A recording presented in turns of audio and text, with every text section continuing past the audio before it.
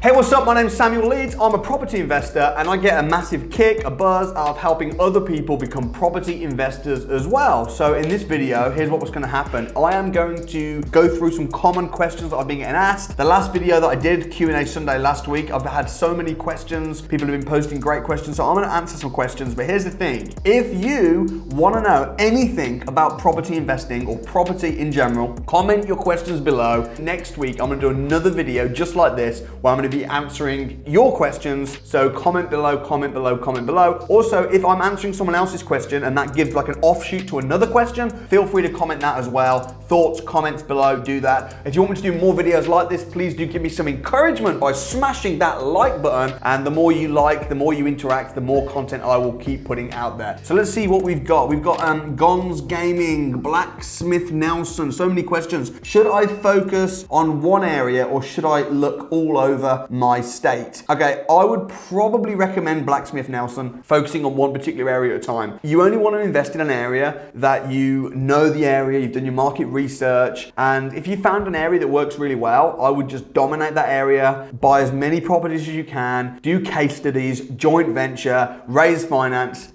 dominate that area, and then maybe one day if the market changes or the prices begin to go really high, you can then refinance or sell those properties and move into a different area. Because if you're just doing, you know, a house here, a house here, a house here, all over the place, it can become a logistical nightmare having management on all these properties, because sometimes managing a property manager can be as difficult as managing tenants. Whereas if you've just got one area, you can really take the time to do your research onto the area, to put a good management company in place and get that passive income that you need. However, don't think that the area that you invest in needs to be close to your house. It doesn't. It just needs to be somewhere that makes money. So that's kind of my answer. I hope that helps. What else have we got? Red Rooster. Red Rooster says, I've caught two previous major house booms, two price stagnation or drop periods. We're in the longest stagnant price market for years, it seems. Do you see that breaking and another period of steady rise happening again? Red Rooster, yes, I do. I think that wherever there's a recession, it will always follow an expansion, and an expansion will always follow a recession. Everywhere tends to, in Britain anyway, everywhere tends to follow London. So London, we saw 2008, property prices absolutely crashed. They bottomed out around about 2010, 2011. Everyone was saying, oh my gosh, houses are dropping so low,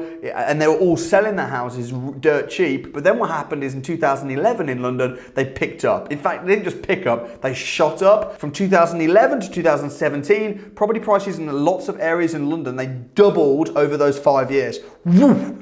And then in 2017, they then dropped again. Now they're a bit stagnant. My prediction is probably they're going to continue to go down. There's going to be things that happen. There are things that are going on within the UK, changes. People are a bit scared. Property prices will drop a little bit lower, but at some point over the next few years, they will rise again. And everywhere follows that pattern. So, I mean, if you go as far as some places like Liverpool, property prices in Liverpool are only just beginning to pick up now. They're still only just now recovering from the 2008 crash. So it really does depend on where you are. Everywhere has almost got its own little mini economy going on inside of the greater economy, in the same way as the UK is just a bubble of an economy when you compare it to the global economy. But yeah, if you want to make money and capital appreciation, just buy when property prices have dropped. Most people, when property prices drop, they get scared and sell. Whereas what successful people do and successful investors do is they wait until they drop and then they buy, and then they wait for it to go high and then they refinance. Because if you refinance, you're not going to pay tax on the money, and then you can reinvest it tax efficiently. So that's what I'm doing myself. Hope that helps.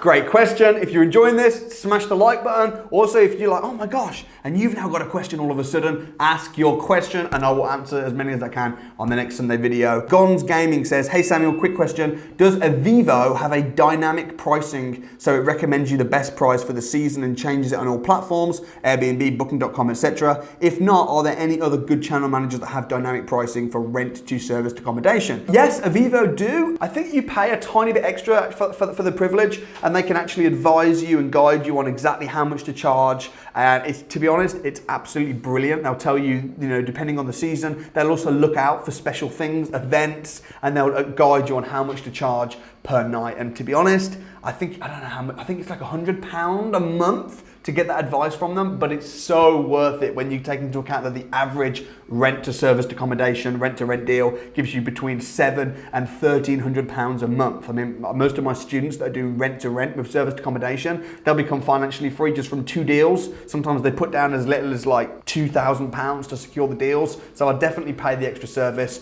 Avivo do that, and I believe most channel management companies do as well. So I can't say for all of them, but I know you've asked about Avivo. With Avivo, the answer is yes. Okay, Joanne Smith. Hey, can you do an interview with Graham Stephan? Yeah, Joanne, I'll happily do an interview with Graham Stephan. I have seen some of his videos. I do know who he is. We disagree on a few things, but then on other stuff we agree on. What I'd say is if you know who Graham Stephan is, he's from the States. He's an investor, bit different from me, but I'd very happily do a YouTube collab with him. Just go onto his videos and just troll all of his videos and say, hey, can you please let Samuel Leeds interview you on his channel? I happily have him on my channel. I'll happily jump on his channel, just troll him everywhere, and I'm sure he'll give in, buckle under the pressure. That's what I usually do. If you want to see me interviewed by someone, or if you want to see me interview someone, just keep commenting it, and if I see lots of people commenting, meet this person, meet this person, meet this person, I'll just go and meet the person. So if you want to see it on their channels, just put Samuel Leeds in all the comments. And I'm sure Graham will love me for saying that. Afshin Khan, we have paid off a house and interested in buy to let, adding value and refinancing. What type of mortgage shall I go for? Okay, so if you're going to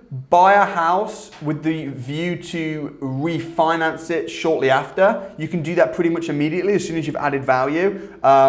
Best kind of mortgage to get is probably not a mortgage at all. I'd probably get a bridging loan or just use cash. Because if you're going to buy a house and then quickly refinance it and pull all of your cash out, the problem is if you get a mortgage on the house in the first place, they'll usually fix you in for like a couple years at least. And then when you refinance, if you do it too early, they'll charge you a penalty fee. So the best way, if I was you actually in your situation, obviously I don't know your exact situation, but if you've got a paid off house, I would refinance that paid off house on a normal mortgage, like a residential mortgage or whatever the kind of mortgage you need. Refinance it. You'll probably pay like 3% interest on that. So you've got this money now that you're paying 3% interest, but with that money, buy a house for cash, add value with the cash that you've got, and then refinance, get a new mortgage, and you'll pay 3% on that, and then do it again, and just keep growing your portfolio that way. That'll be my advice. Okay, last question. Jamie Bassant. I've been to your crash course and studied many other property legends, thank you, for over the 3 months now. Quit my job. Congratulations, dude. I don't know if this is a question. I think this might be more of a celebration. I'm now currently going through the preparation to create a really creative service accommodation experience. Cheers, pal. I'll buy you a beer one day. And then he's literally put his phone number. Well, dude, I'm open, man. In fact, I'll call this dude right now. I'll call this dude right now and just congratulate him. Okay. He has no idea that I'm phoning him. He may not answer.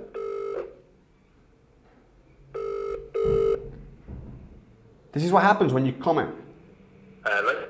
Hey, is that Jamie? Hello there, who's this, sorry? Jamie, Samuel Leeds, what's up? Samuel Leeds? It is, bro. How you doing? Oh my god, it is Samuel Leeds. I'm just doing the Q&A Sunday, and I noticed that you dropped a comment, and I wanted to congratulate you on quitting your job. Oh mate, thank you so much. You're welcome. So you enjoyed the crash course? Yes mate, I did.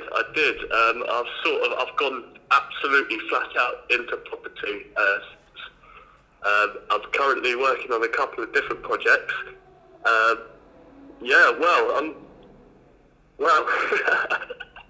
Dude, I'm excited. I'm looking forward to getting a beer with you one day. You need just drop me a message. I'll get one of the team to give you a call to see how we can work together. Mate, I would love that. I've got some wicked stuff in the pipeline I believe that you would be so interested in. And I'm excited. All right, mate. Drop us a message on Instagram. I'll get one of the team to give you a call. Fantastic. All right, bro. See you, Jamie. I'm speechless. Sorry, Sam. You're so welcome, man. There we go. That's the kind of thing that happens when you comment on the video below. Drop your comments, questions, thoughts, smash the like button, subscribe, and I'll see you next time.